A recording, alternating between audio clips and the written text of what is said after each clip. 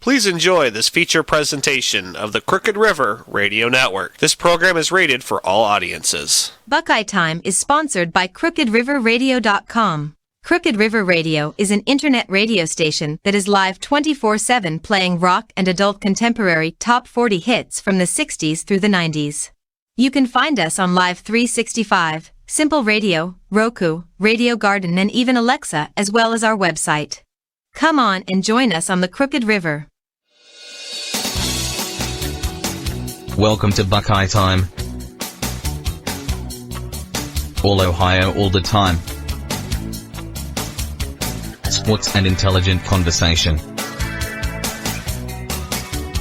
Here's your hosts Erik, Nannarone and Pat Morrow.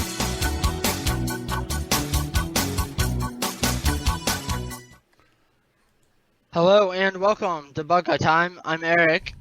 And I'm Pat.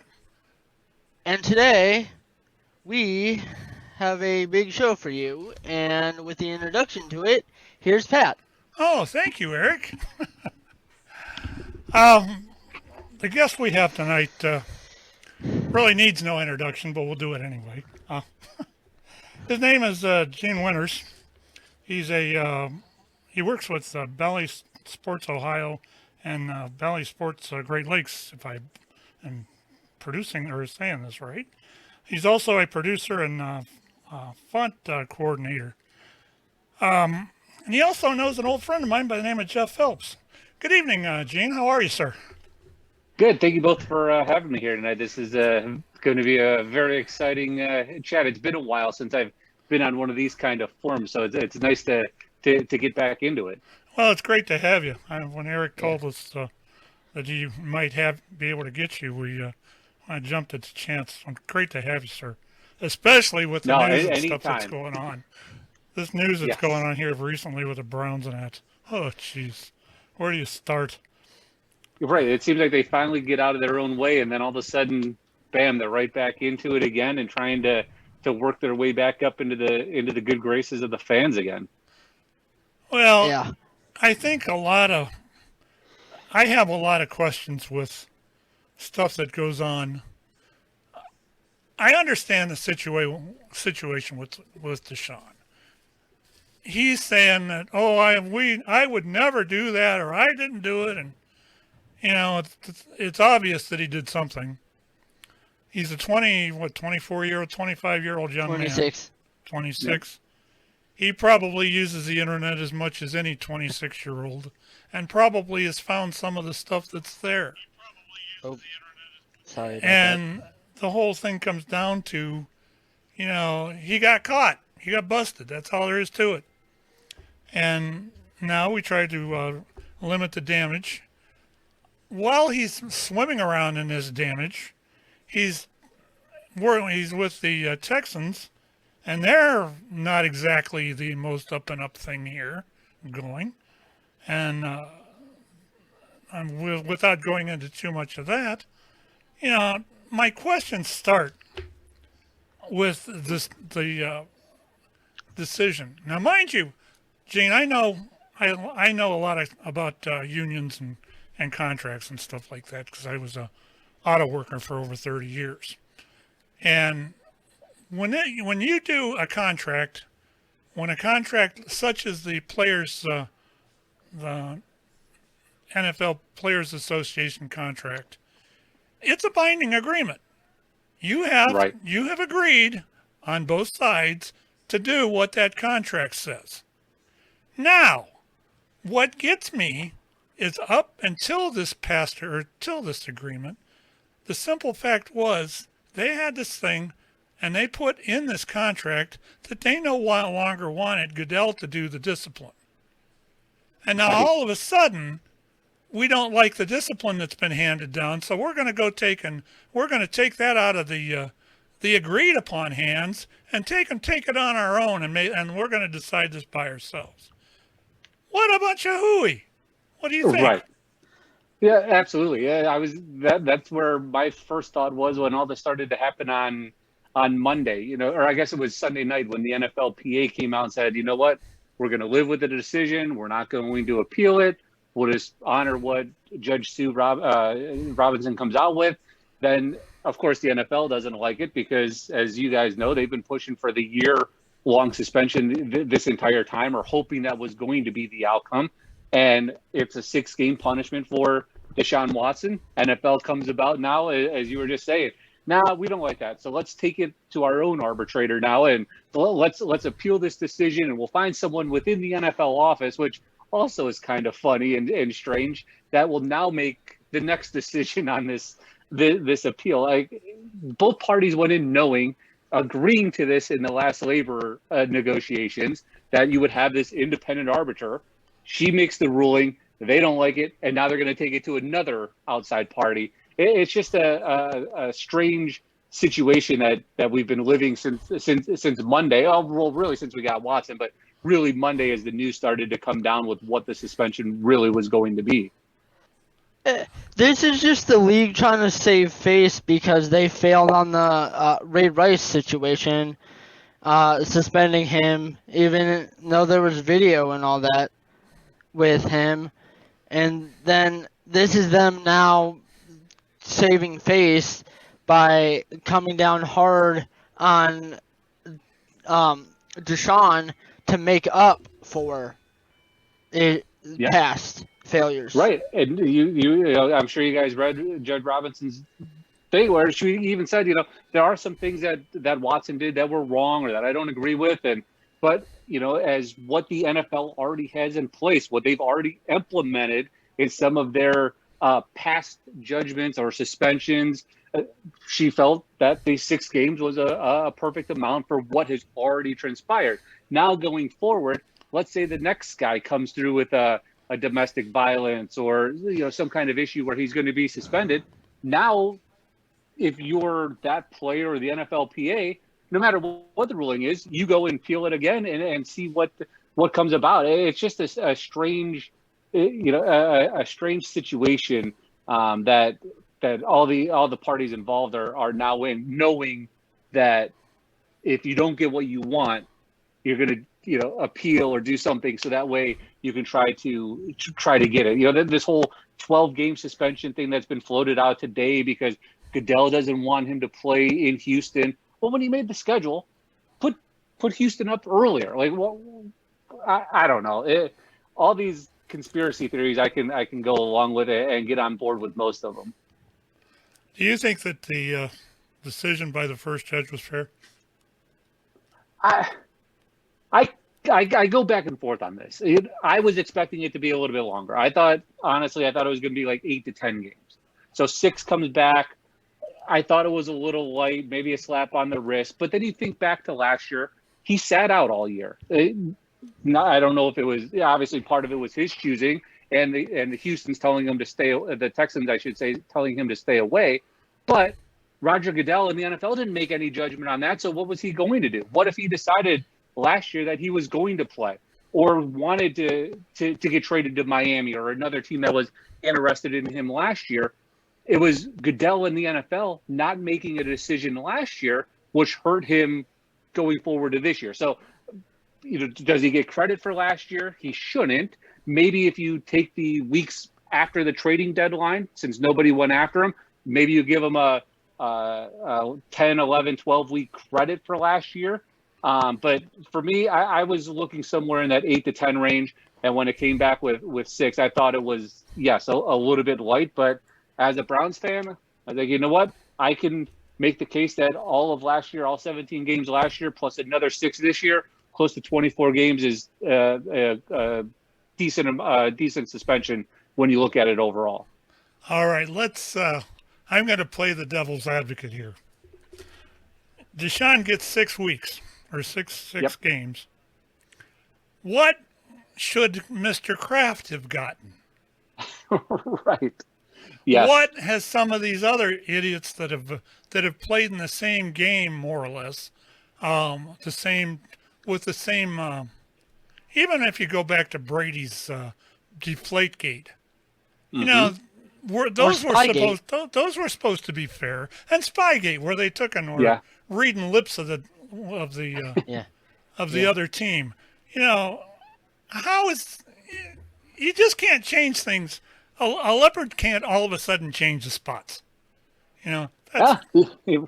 Right. And I was trying to explain this to someone yesterday. It's like having an argument with one of your children. You know what's right. You know what you're trying to convey to them, but you're playing cards or something with them, and they don't get that pair, but they want to win anyway. So they rearrange the cards or pick one out to help benefit them. It's the same thing. Like, you did this. Like, Tom Brady deflated footballs to help him win a Super Bowl. Okay, suspended for 4 games. He appeals that, and he ended up still sitting out 4. But as you mentioned, it's okay to video camera the opposing teammates to try to steal to steal their signs to benefit your team. And just because it came out with the Jets and Mangini that year, it wasn't like Belichick wasn't doing that when he was here in Cleveland. Like, it's something that the NFL has just brushed under the rug for so long. But when it comes to the owners, they're on this whole other level where they can do no wrong. So they get their passes, and then the upper echelon teams, let's say, get the lesser tier suspension, so that way they can get back on there, get back onto prime time, and continue to print money for the NFL. I think that's in a lot of aspects. I think the money printing is what it all comes down to. The whole thing of it is, if this was a normal court, if this was a normal case, we went through civil court, whatever. You can't go back after a judge has made a decision and remake that decision because you don't like it. An appeals court, they'd laugh you out of the court. The whole thing comes down to we're just trying to fix this so that we can make it the way we want it. It comes down to, there's a thing called double jeopardy. He's been tried once. He's not been convicted. He's not convicted of any real crimes. God knows if he even did anything, because he's paid all these women off for whatever. And all but one. Right. And all but one of them. And what it comes down to is, we're trying him twice over something that he really shouldn't have been tried once over, because it all got settled. Yeah, right. It was a fumble from the start, to use an NFL pun. The at the start of last year to where they are now, and that's the part. Like, okay, so he's suspended right now for 6 games. You appeal it. I'm guessing now you're at 0 games suspended. So if the NFL continues to go through this, and this independent arbitrator comes by with something that Deshawn and his crew doesn't like, they're then going to appeal it. So at what point does Deshawn start playing? And if, let's say, we're into week 6 already, and then the NFL and the NFLPA decide on a 8-game suspension, like, now we're into the middle of the season, and you're going to lose them for the second half, or maybe even into a playoff run or something that could carry over into next year. All this has to be figured out, in my opinion, before the regular season starts. You had all of last year, or at least let's even take it from March when the Browns made the trade to bring him in. You've had now 3 or 4 months to get this going, and you wait till the first week of training camp starts to start this process and this ball rolling to figure out his suspension or this whole process. And yeah, I know you have to do your due diligence and interviewing and trying to build cases for both sides, but we've had over a year that the NFL could have been working on this. To jam it all into 2 weeks, to me, it makes 0 sense. And the lawyer for the women's side is crying because the NFL only interviewed like a few of the women. He wanted them to interview more of the women, and they're like, no. Yeah, and then I heard some of that too. I was reading a little, and again, who knows what you can believe on the internet or Twitter or wherever else exactly you get your information from. But there were some parts of it that said the NFL wanted to talk to some more of these ladies, and the lawyer Busby didn't make them available. So you can't, again, have it both ways of, I want my clients to be interviewed, but then not make them available either. It's this he said, she said that we're going to continue to battle against until an ultimate decision is finally made on this. And God only knows when that's going to come. Yeah, right. Yeah. I think, what do you think as far as the Players Association, what do you think the steps are going to be?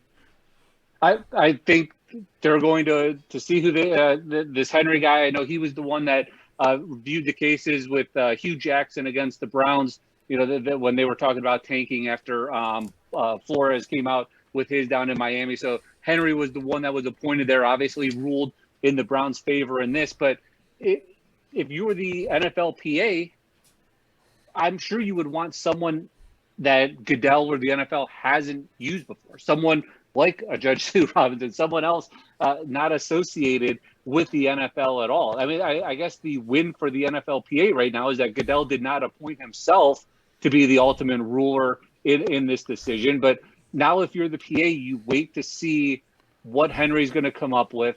And from there, you're definitely going to have to appeal it, because if it's the year that the NFL is pushing for or the 12 games, how can you go from 6 to 12 and be happy with it? And then if there's a fine tacked on, or counseling or classes that Deshawn now has to go to, there's more added on to this when Judge Robinson already said six is it. That's plenty. Like the NFLPA is going to definitely have to step up and support Watson and pretty much set a precedence for them going forward on whoever might be next after Watson for whatever discipline might be coming down.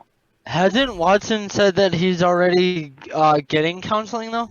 Yes, he said, every time, I shouldn't say every time he talks, because he's only been made available a couple of times since he's joined the Browns. But yes, he said that he is working on his own issues, and, he's real remorseful for, the situation that he's put himself and the organization and the Haslams and the Browns front office in. But yeah, that's the part of it.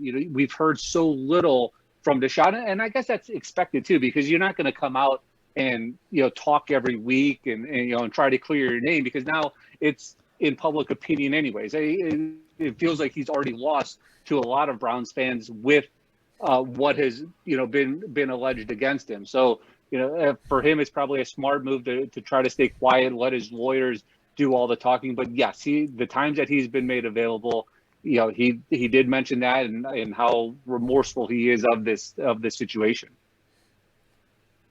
Now, if this was, like I said, I'm a retired auto worker.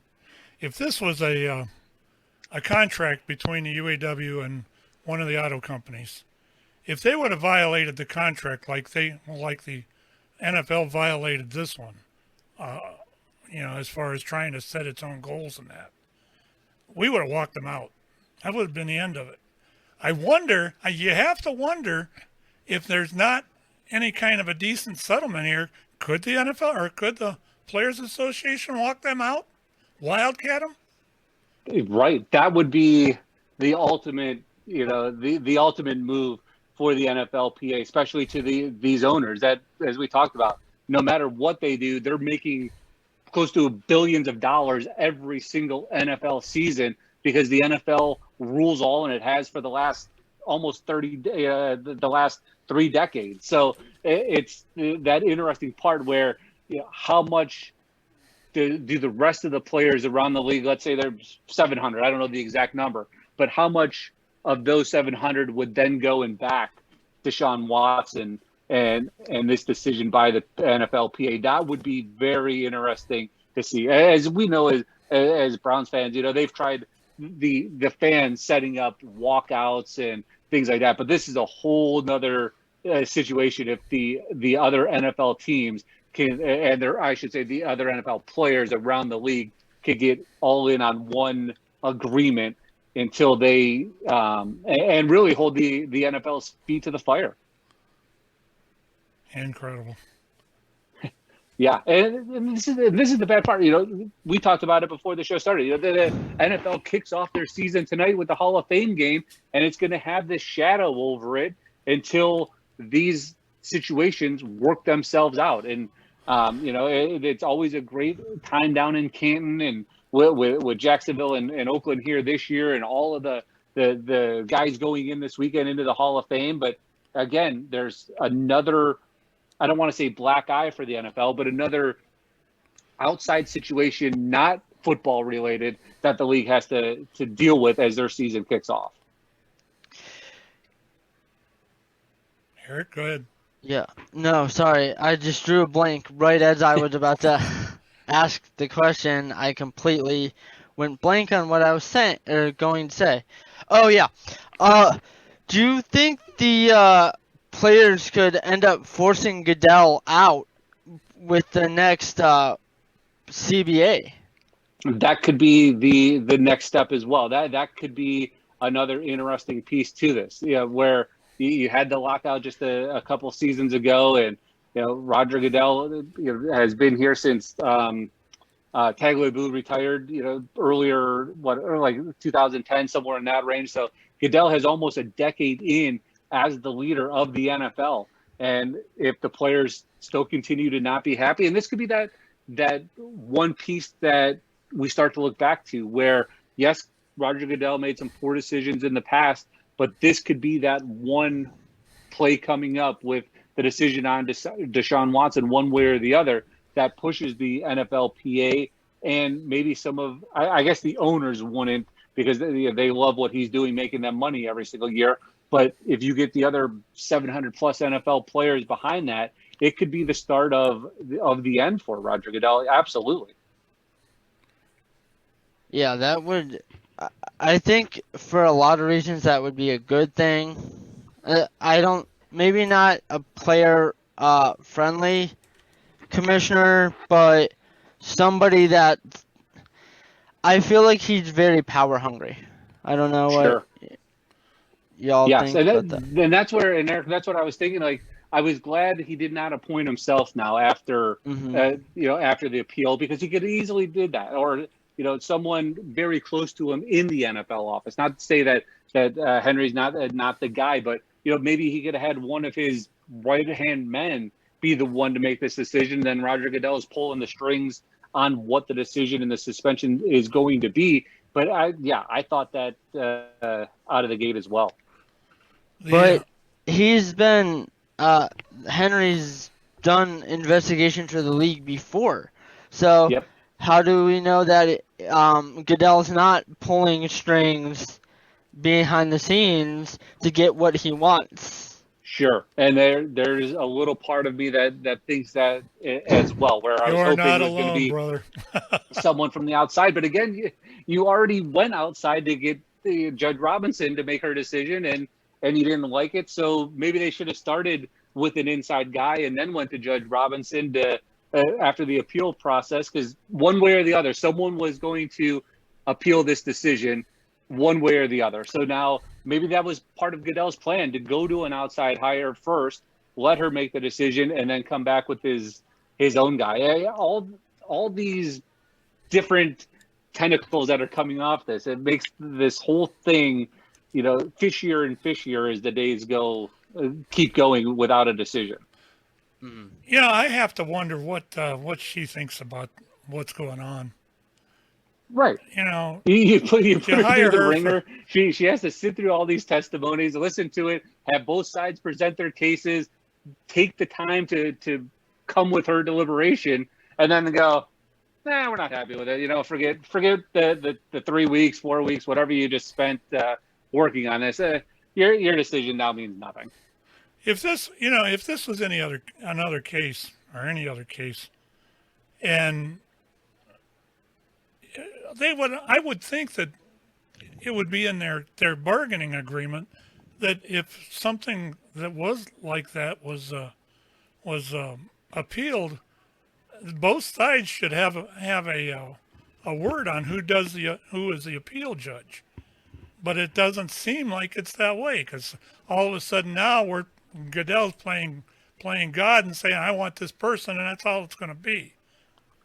Right. And I wonder if in their last agreement, if that was something that the NFLPA had to give a little in on, where, we can put it into this process, and if either side doesn't like the outcome, then Roger Goodell is the one to make the ultimate decision or the final decision at the end. I wonder if there was something in that last lockout where the NFLPA gave the NFL that in exchange for something else. But again, why fight for that if you're going to let the commissioner make the ultimate decision anyway? Like I don't know. That's the another strange portion of this.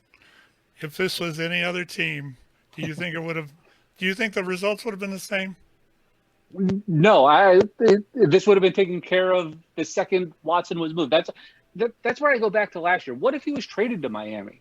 Would Roger have get last year during that season said, you know what, he's suspended for the rest of the year and he could come back and play at the beginning of the 22 season? Or if he is traded to Miami, does he get to play right away? Like that first 4-6 games that he sat out for Houston and throughout the preseason, was that enough of a punishment? Like the NFL they were so wishy-washy on it last year, where they kind of just let the Texans and Watson decide the punishment and just basically telling them to stay away from the team and we'll eventually figure something out. But I don't know. I go back and forth with that because I do think if it was somebody else, a decision would have already been made. We would have already been through this process. And again, you don't want to have that black cloud over your league as the season is getting ready to kick off here in about 45 minutes. Or over your team. Or over your team too. Absolutely. And this has got to be a distraction for them. And then that's the bad part because again, the Browns have had this kind of black cloud over them from the time the Haslams took over to the time they got in trouble for the trucking stuff to Hugh Jackson to only winning one game over 2 years.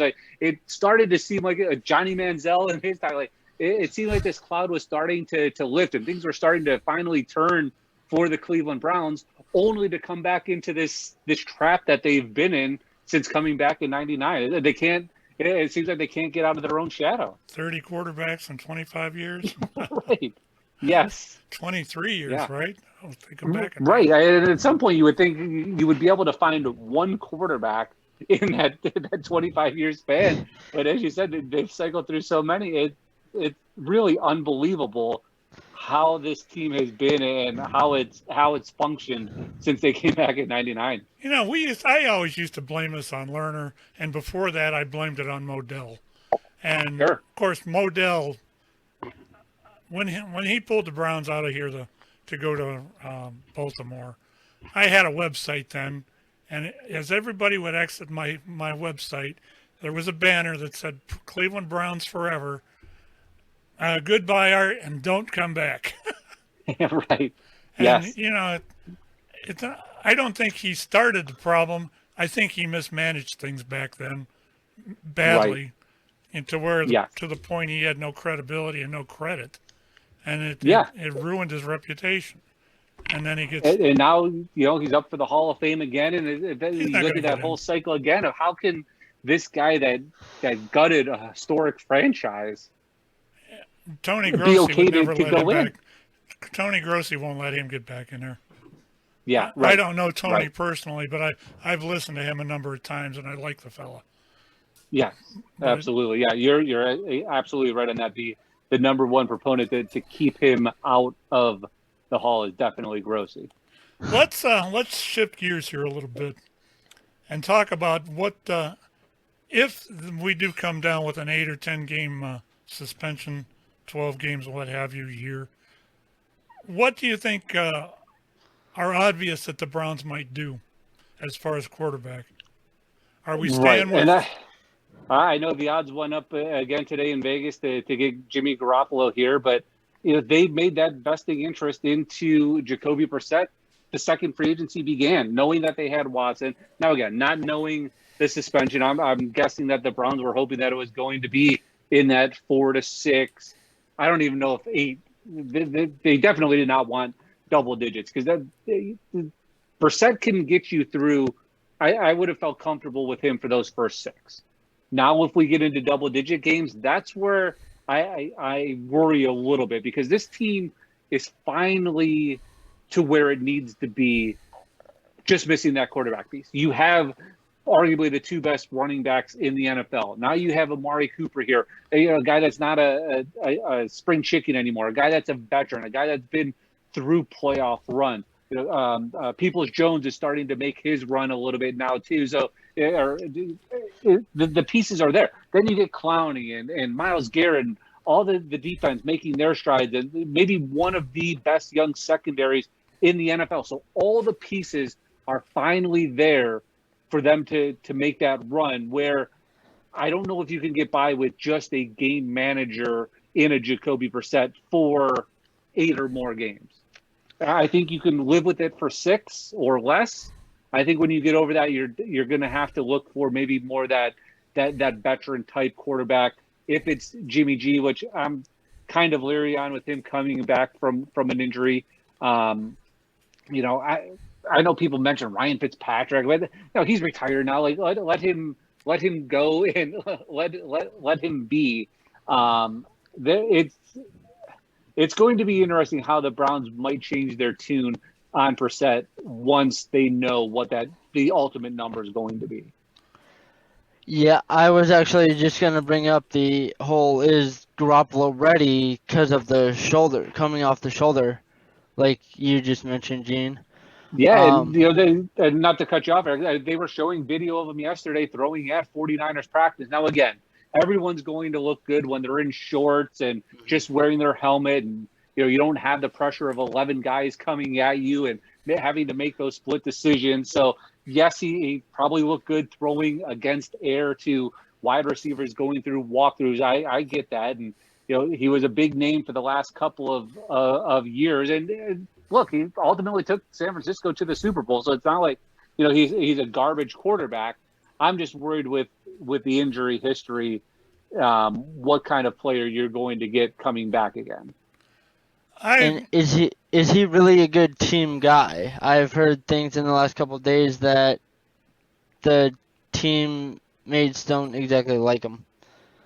Right, and I'm sure it comes from that that Belichick, that Brady mode being in New England for so long. But maybe that's the kind of respect that he would earn here with a more veteran team than what the 49ers had the last couple of years. And obviously they were having their own issues up until a couple of days ago when they re-signed Samuel. So they were having their own inner battles. And when you draft the quarterback in the first round and Trey Lance, the days and the snaps were numbered for Jimmy G. Luckily for him, he made it through the entire year last year and made it into the Super Bowl. But he knew no matter what he did, even I think winning a Super Bowl last year, he was still going to be gone because the guy was going to be Trey Lance come 2022.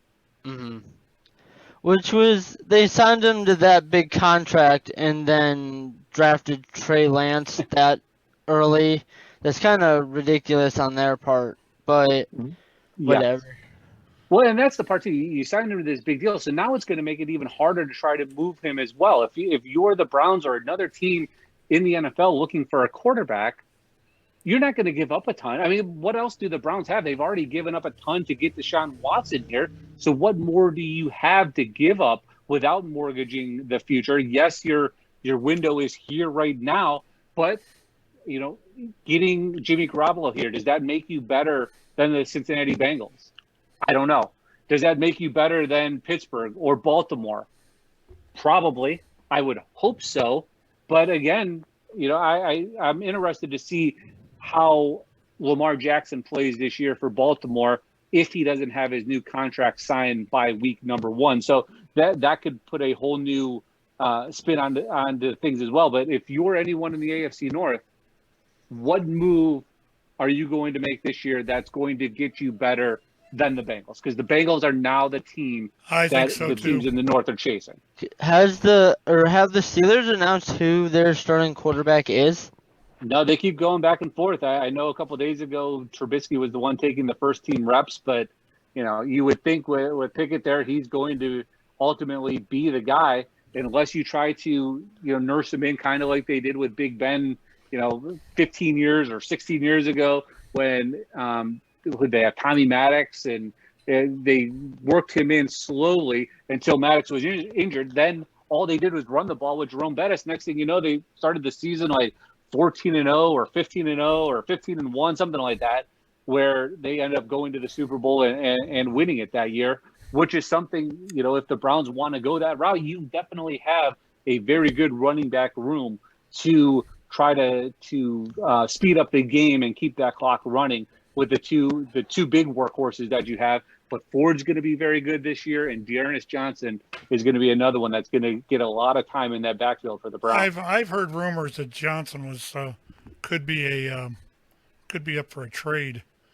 Yes, and he's also been playing a lot of slot wide receiver as well. So giving you another element, possibly coming out of the backfield, another guy that has a very good hand. So if you might see the three of them, Hunt, Chubb, and Johnson on the field at the same time. There's a couple of those formations that they've been working. That would be so awesome. Right. You have the weapons now. Start to utilize them the correct way. Who's the number one, or who's the main slot receiver now with all the injuries?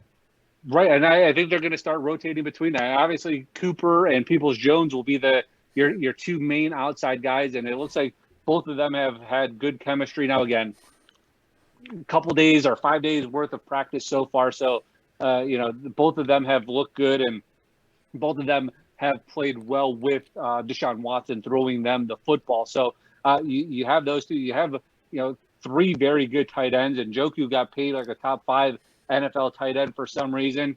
I'm not real impressed with him, but the Browns love him. So, yeah, he's back. Bryant, I thought, played well last year. So I think you're going to see a lot of two tight end sets where you may be able to get away from that slot wide receiver a little bit. But as I said, Johnson's going to be in that mix. You're going to have the kid Schwartz. I know he was injured a little bit earlier in this training camp, a guy that they loved last year because of his speed. So, again, the Browns are going to have options to work some of these guys in, and then you wait for Bell, the rookie pick that they got from Purdue, to work his way and get some reps as well.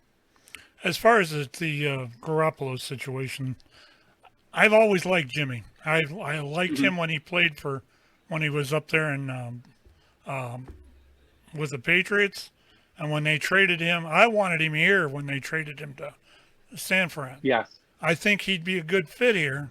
I don't know.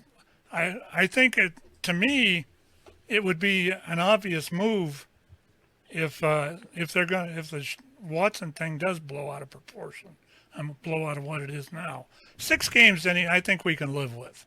6 games, I don't think we'll have much of an issue with. But you start getting past half the season, that's another thing, and that's where things are. They're gonna have to do some other deciding. Right, and then that's the next part too. Yes, Jacoby Brissett is maybe a perfect backup guy where you get a few starts a year, you come in in mop up time. Sure, you can live with that.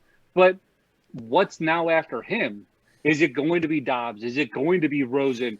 Who's going to be the guy if, God forbid, something happens to Jacoby Brissett and you're now already without Watson? Again, this year is not the season to punt on. So you're going to have to go out there at some point once this official ruling comes down. I don't even know if you could call it official again, because, again, I'm sure there's going to be another appeal coming. But at what point? You can't wait too long, because there's going to be another team within the next 3 or 4 weeks that's going to have an injury before week 1 that's going to go out and grab a quarterback to bring them in to lead their team. So you might just have to be proactive at it and take your chances and live with whatever the decision is. But, that's my next part. Do you wait for San Francisco to reduce the contract? Or I don't see them cutting him because he has so much value around the league. So at what point, if you're the 49ers, I don't want to say settle for a deal, but get to that point where, we're 1 week out. It's time to move Jimmy G. So that way Lance can have a clear head knowing that he's the guy. Is he gonna want to restructure his contract though in order to be traded? Sure. And that's the part too. I mean, yes, he's made a good amount of money over his time in the NFL, but we know how NFL contracts work. The only thing that matters is the guaranteed money. So, he could sign a bazillion-dollar contract, but the second that this team or Team X doesn't want him, you cut him, you get the penalty, you hit, and he's out of there. So that's the part. You want as much money as possible. So you make sure that money becomes guaranteed, and maybe you reduce it a little bit that way. But that's the part. Like, does Jimmy G want out that bad, or does he wait for Trey Lance to potentially get injured, being the backup at San Francisco, a place where he's comfortable. And obviously we know what Kyle Shanahan can do as an offensive mind, where if he's running the ball a lot with Lance, maybe it's in Jimmy G's best interest to try to stick around there, knowing that he might get some time in with a potential injury. But being an ultimate competitor, you want to go out and be a number one of a team. So maybe at that point you do decide, you know what, I'll take a little bit less if I can get to that team and potentially make a Super Bowl run. What are your thoughts on Baker? I go back and forth on this. I mean, yes, 2 years ago it was a fantastic year. The playoff run, everything went right for him in that season. I last year you look at it and maybe some of the blame could have been laid at the feet of the Browns after injuring his shoulder and continuing to push him out there game after game after game, even though you had one of the highest paid NFL backups in Case Keenum on your roster. So why not try to let him rest and get healthy and see what he can do under center? I think his time and his antics kind of ran their course here. So I think we got to that point of it was just a bash. Like the fans started to turn on him. The media started to turn on him. He realized that, so he turned back on them, and it just turned into a weird situation for someone that was so loved for 3.5 years to end the way it did. Now, would I have liked to have them figure out a way to make it work for this year if Deshaun Watson wasn't there? Because I do think Baker in a contract year would have been the perfect guy for this Deshaun Watson situation if something were to happen. A guy that was going to go out there, give it his all, so that way he can get to his next contract. But we'll see in week number 1 and how these things go down there in Carolina, if he can even beat out Sam Darnold and try to be that starting quarterback again. But it was just a weird last year where I think it was time where both sides gave up on each other. That quarterback battle down there is a disaster because they have the 2 leading quarterbacks in interceptions since 2018 when they were drafted. Yes. Battling for the starting quarterback. Right. And that's the part that's still good. I mean, now let's say Baker beats him out. I mean, does Sam Darnold become available? Now, again, I don't know if that's the right answer. As a guy, maybe Brissett would be better than him. It's just a weird couple of weeks that we're going to have to continue to live in as Browns fans. But yeah, that's the part of it. Like if you're Carolina, I realize you barely gave up anything for him, so just bring him down. He's only there for a year. Maybe you can get, tap something out of him. But that's just a weird situation, and especially for a guy like Matt Rule, who could potentially be on the hot seat this year, to put all your eggs into a Baker Mayfield, Sam Darnold basket is not a smart way to go. No. They drafted a guy, but I think he was like a 3rd round guy, so he won't even factor. Do you think Baker will start down there? I do. I think, again, with this whole situation between the two of them, I mean, if you can't beat out Sam Darnold, that might be the sign that maybe I was the one wrong here in Cleveland. But yeah, I definitely, especially for week number 1, how can you not start him in that game, knowing how bad he wants to get at the Browns? If you're the Panthers, you definitely find a way to get him out there to try to get him to prove his point going against his former team. Absolutely. If Cleveland is going to break the streak of the first game, winning the first game, I would love to see it against Carolina. Yes, and that's where the part of me, all what I just said about Baker, that could easily backfire on him. And we've seen how, he gets too amped up for games and situations like that.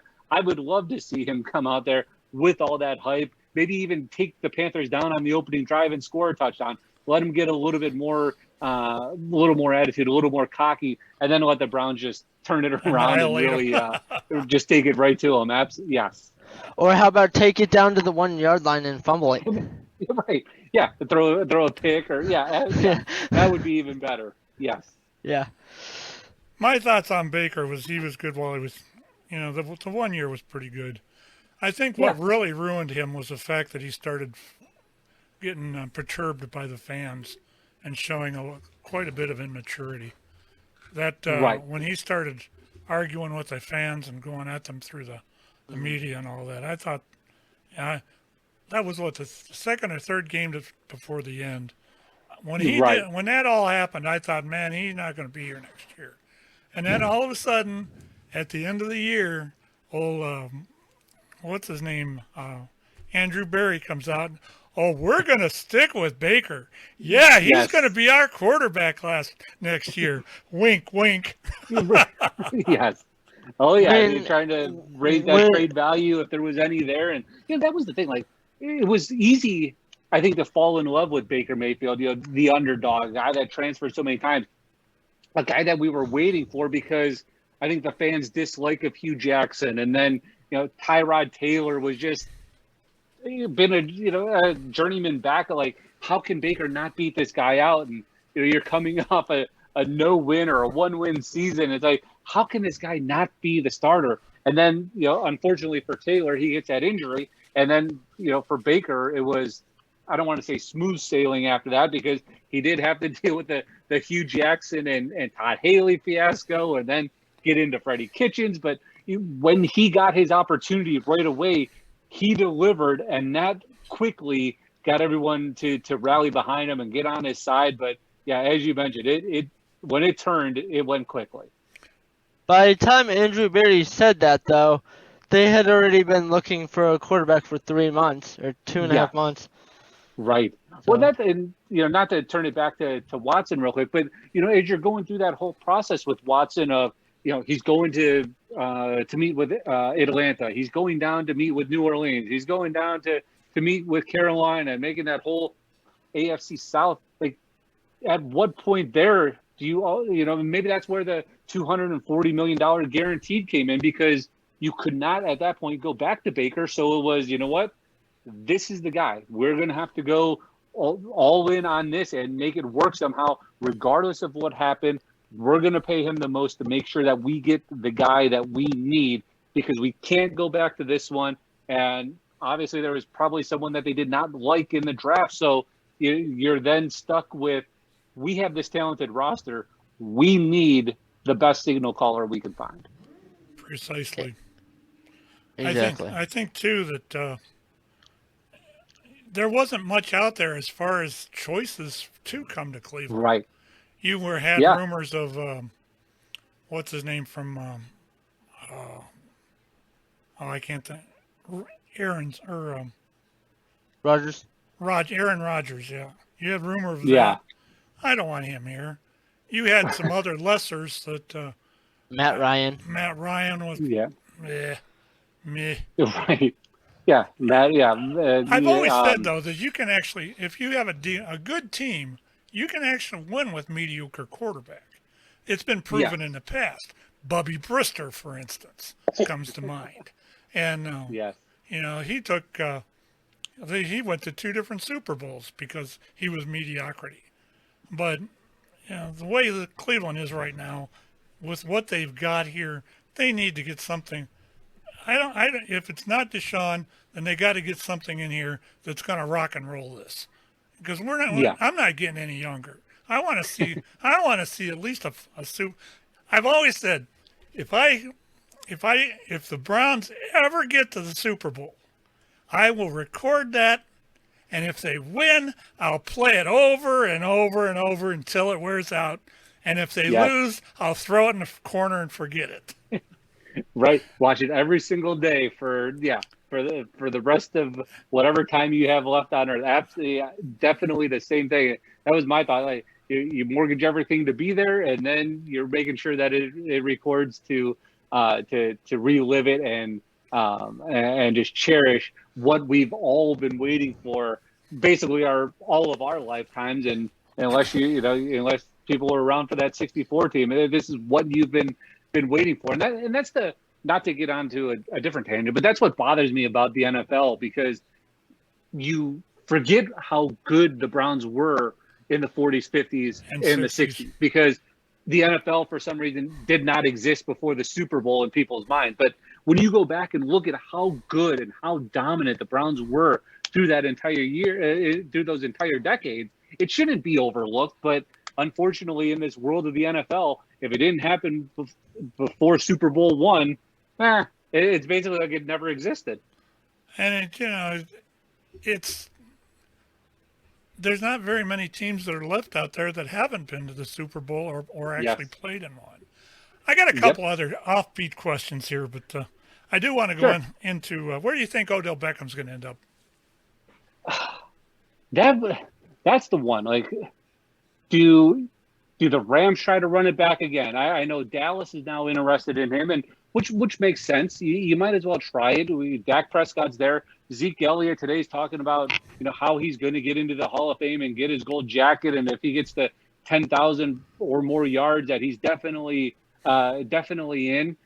But when you look at those teams, Dallas has been living off reputation year after year after year after year. It's been decades since they've been in and won a Super Bowl. So for them, this might be their time where they pay the money to Dak. They bring in Odell once he's back healthy enough to start playing. You have a very good running back in Zeke Elliott. You have a very good defense. We were able to see that last year, and you're in a bad division. So I think those kind of things would factor in for Odell as well. Like, hey, if I get to play the Giants twice and the Commanders twice, and I think Philadelphia is going to be a little bit better than people are saying for them this year. But if you're Odell, you look at that again and say, why wouldn't I go to a team that can win the division, and I'm ultimately back into the postseason again? And if I'm one of the 6 teams or 7 teams in the postseason, I'll take my chances in the NFC, even though you have to go through ultimately a Brady in Tampa Bay or Rodgers in Green Bay, one of those type teams. But if I'm Odell, I mean, Green Bay wouldn't be a bad place either, but I think Dallas would be the most logical fit for him. I heard. What do you guys? Real quick. What do you guys think about the Browns bringing back the Elf? That doesn't bother me. Put it on midfield, put it on a couple of T-shirts, make some money that way. The Elf never really bothered me. I get why people get upset about it, but I'd rather see the Elf at midfield than the Browns helmet. Yeah, I agree. I lost my whole train of thought here. I had heard that Indianapolis, or was it Indianapolis, was looking at Beckham too. Yes, and that makes sense. Again, you bring in Matt Ryan. You think you're in that mix again. Really, with Houston and Jacksonville, you rule out those two every year in the AFC South. So can Indy be better than Tennessee? Probably not. But could Odell Beckham help? Sure, and maybe you can sneak into a 7th seed or a 6th seed, depending on that. I mean, you ultimately think you get automatically 4 wins every year with Jacksonville and Houston in your division. Who do you think is going to be the teams to watch this year? If I'm going, we'll just go to the AFC first. I'm interested to see the Bengals. I know everyone's high on them this year, and they're the defending AFC champions.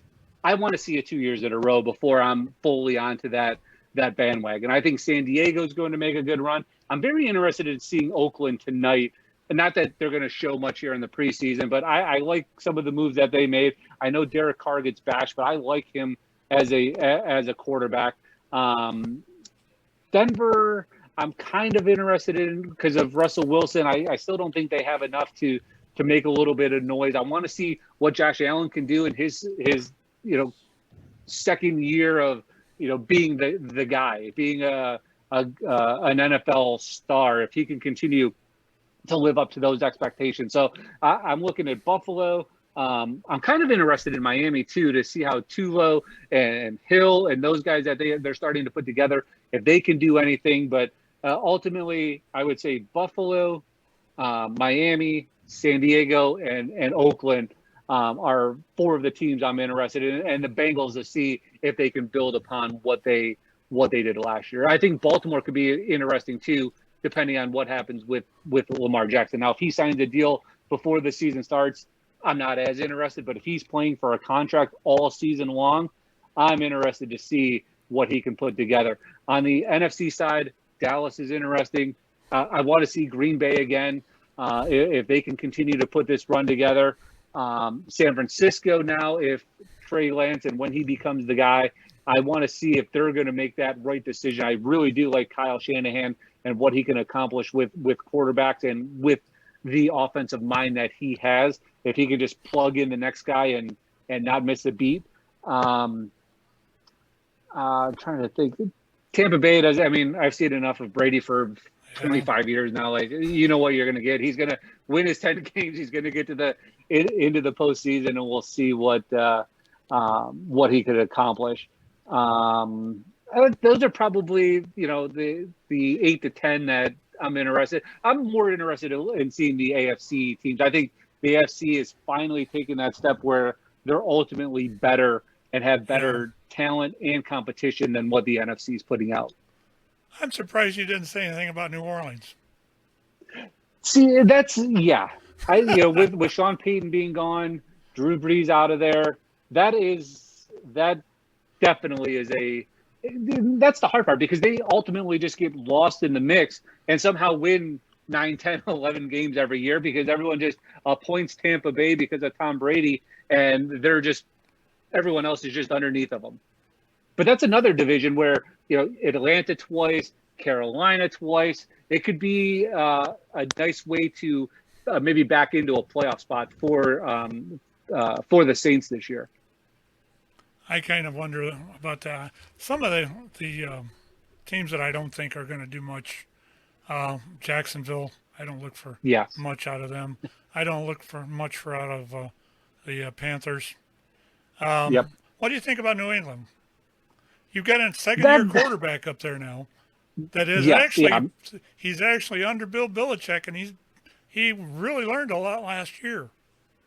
Right, and now you're without Josh McDaniels, so you're working in a new offensive coordinator for Mac Jones this year. But that is another one, because it seemed like whoever New England plugged in, when Tom Brady was there, it was Matt Castle for a little bit when Brady was hurt. Then it, came to Jimmy G, and Brissett made some starts when Brady was suspended. And you kept going down the line. No matter who they plugged in, ultimately performed. And Mac Jones had a fantastic rookie year last year for New England. So, coming into his second year with what Belichick puts together every single year, I think I just overlooked them because I think Buffalo is just going to run away with that division this year. Yeah, I wouldn't be surprised. Buffalo, I've always liked Buffalo, and I've always liked Tennessee. Those are, if I wasn't following the Browns, those would probably be two I'd follow. And Buffalo is, I think, very similar, fan base wise and love of their team. Like we have been, going back to the old Browns, and even when they have come back, I think it's two very similar fan bases and franchises. It's an easy one to jump behind for sure. One of the last subjects I got that I'm curious, I want your opinion on. What do you think of the tampering by Miami? That is interesting, and it makes sense. Obviously, Stephen Ross being a Miami guy, it makes sense that a Michigan guy, that you have some talks with Tom Brady. I'm just surprised that it took 2 years now or 3 years now for it to finally all come out. I mean, again, the NFL on this slow process to make these decisions and try to build all their evidence, but that would have been an interesting one if at that time Brady would have went to Miami and had to play Belichick in New England twice a year. That would have been very interesting to see. But again, as an owner, I would hope you're trying to do what you can to make your team better. I'm guessing a lot of this they were hoping to get under the rug, and unfortunately, with the Flores stuff, just started a chain reaction of the NFL digging a little bit deeper to find some things on the Dolphins, and Stephen Ross was the one to pay the price. I did think it was interesting that they went on and got Tyreek Hill this offseason in the trade, from Kansas City with all of his baggage and with what they already had going on. But again, if you're trying to make a statement, and if you're just looking at football players and not what they do off the field, that was definitely a good move for them. What was the tampering with Brady? Would that have come out if Flores didn't come out? And I don't believe so. But again, all it takes is one person to be the whistleblower, and then next thing you know, they're looking at something. So if there was someone within the front office or someone, maybe even a former coach that didn't go through what Flores had to go through, it probably would have come out. I don't know if it would have been this quickly, but I'm sure at some point we would have heard about that. But again, even when Brady left New England the first time, people pointed to Miami because of the Miami or the Michigan connection with Stephen Ross and obviously Tom Brady being the quarterback there in the late 90s. Yeah. Changing sports a little bit. The trade deadline for MLB was this past Tuesday. The Guardians did nothing, but do you think maybe they're waiting till the waiver deadline? Which, are they having that this year because of the strike? I did see a couple guys get waived just even today, like Jackie Bradley Jr. was waived today. Didi Gregorius from Philadelphia was waived today. So not that they need a shortstop or a middle, but another outfielder could be nice.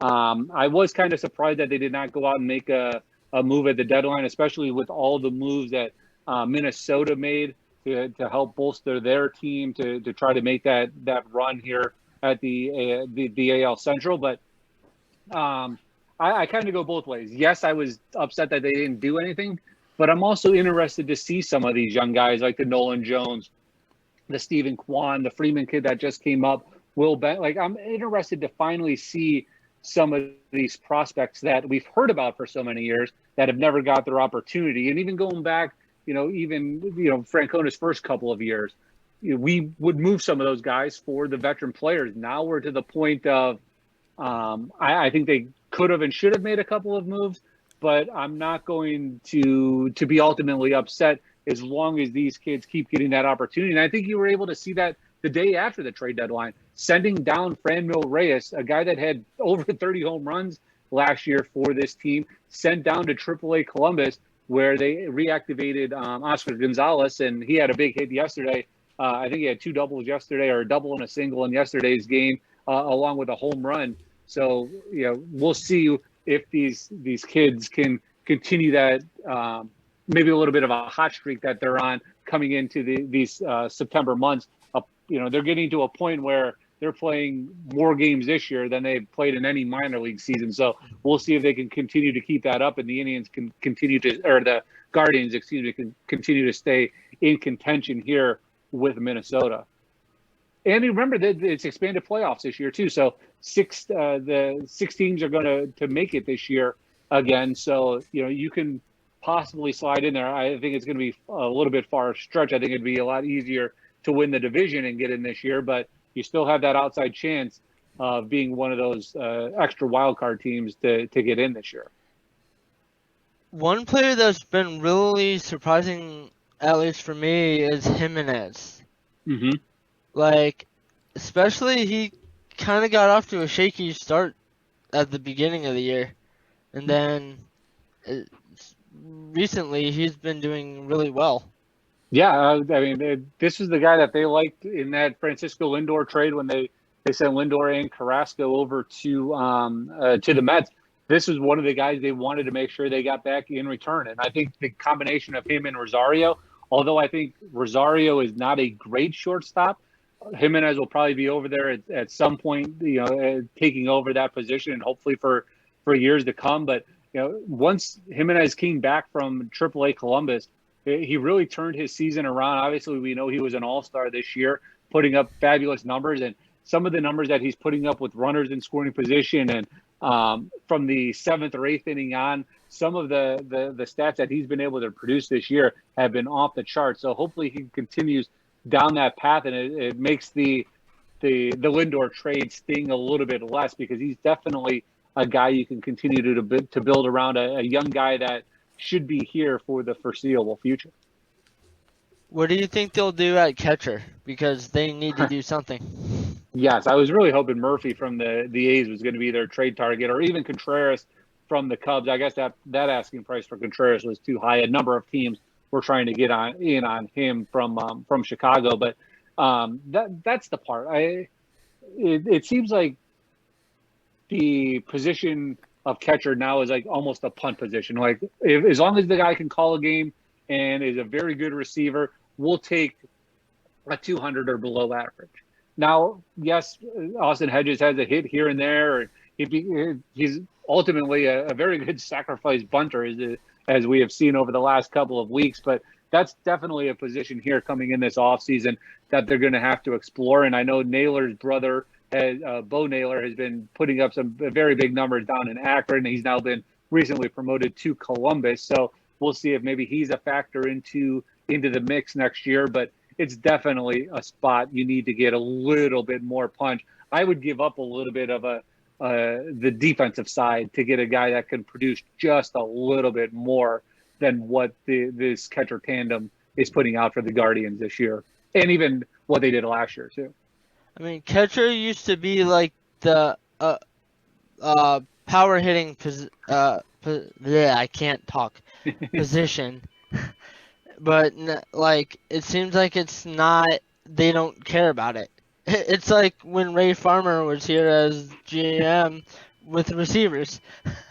Yes, absolutely, yeah. As long as you can call a game and you can catch, you're good. And yeah, for Ray Farmer, if you could catch, we didn't want you. We didn't want a wide receiver here. If you can catch, we didn't want any of that. That was those are years you just try to block out of your mind and not relive it and think about it anymore. Hey, at least the Browns don't have any general managers that are texting the sideline. Yeah. So, 31, yeah. Oh my God. They might have other issues, but they don't have that one. 1 and 31, oh my God. Yeah, right. That was. I mean, you can't even stumble into that. Like, that on its own was hard to do. And somehow they made it look easy doing it. Yeah, they did. I've been a Browns fan like I said, since '64, and I've been with the ups. I've seen the Brian Sipes. I've seen Bernie Kosars. I've seen guys, Brian Sipe one year in one game, go 454 yards of passing. Incredible games, and I've seen some of the worst. And I think those 32 games or 31 games were probably the worst I've ever seen them. Well, even go back to the one game they won. It was on a blocked field goal. Like that should have been it should have been back-to-back years with 0 win. I mean, it was just an unbelievable 2-year stretch that no team and no fan base should ever have to suffer through. The infamous play, the flea flicker from their own end zone into triple coverage. Yes. I think it's a staple of that Browns offense. Yes. Well, it's the old clock on the wall saying it's 8 o'clock, and we need to go tune into our football games here. So, okay. I think we can go ahead and wrap this up. Gene, I want to personally thank you for spending the hour with us. This was a blast. No problem. Yeah, keep my number anytime you guys need me. This was a quick 1 hour. So yeah, anytime you guys just want to shoot the breeze, let me know. We will do that. Oh, okay, sounds good. Well, Erik, thank you both, and both of you guys have a good night and enjoy the football, and look forward to our conversation again. Okay, definitely. Go ahead and wrap it up, Erik. Okay. As the saying goes, it's time to be like a hockey player and get the puck out of here. Good morning, good afternoon, and good night, Pittsburgh!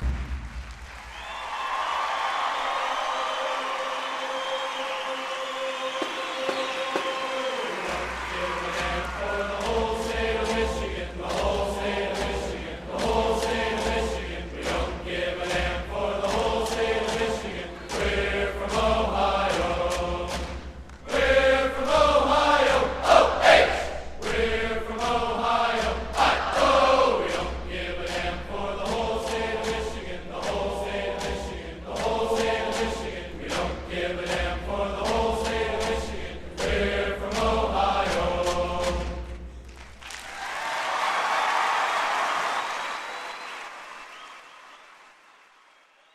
This has been a Crooked River Media production.